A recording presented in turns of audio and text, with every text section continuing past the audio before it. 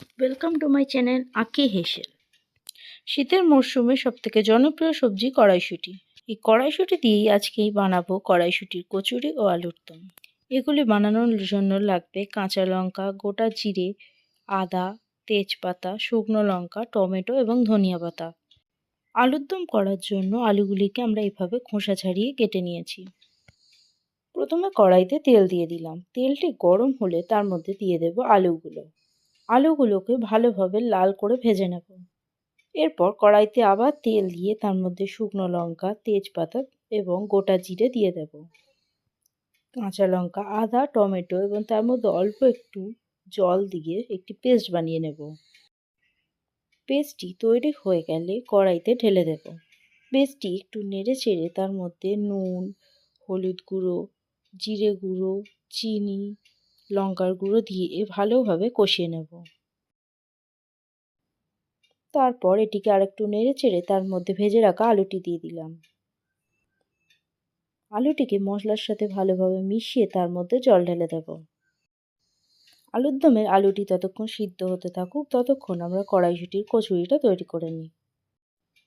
এর জন্য কড়াইশুঁটি, আদা এবং কাঁচা লঙ্কা দিয়ে আমরা একটা পেস্ট তৈরি করে নেব। পেস্টটি ঠিক এরকম স্মুথ হবে। তেল গরম হয়ে গেলে এর মধ্যে কড়াইশুঁটির করে রাখা পেস্টটি দিয়ে দেব। এর মধ্যে পরিমাণ মতো নুন এবং অল্প পরিমাণ চিনি দিয়ে দেব। এটিকে ভালোভাবে ভেজে নিতে হবে যাতে এর মধ্যে কোনো জল না থাকে। এদিকে আমাদের আলুর দমটি আলু সিদ্ধ হয়ে গেছে। এর মধ্যে একটু ধনিয়া পাতা, ঘি এবং গরম মশলার গুঁড়ো দিয়ে এটিকে নামিয়ে নেব। কচুরি বানানোর জন্য ময়দা নিয়ে নিয়েছি। ময়দার মধ্যে জোয়ান, নুন, চিনি, একটু রিফাইন অয়েল দিয়ে ভালোভাবে এটিকে মিশিয়ে নেব।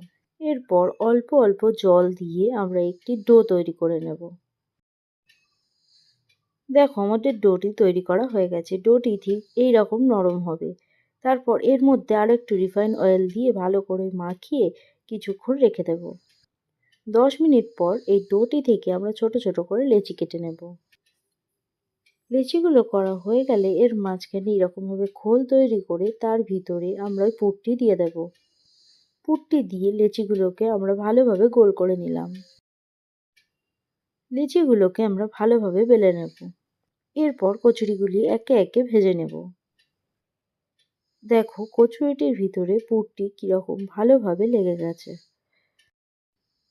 ভেজে নিলেই ফুলকো ফুলকো কড়াইশুঁটির কচুরি তৈরি। এরপর কড়াইশুঁটির কচুরির সাথে আলুর দমটি পরিবেশন করুন।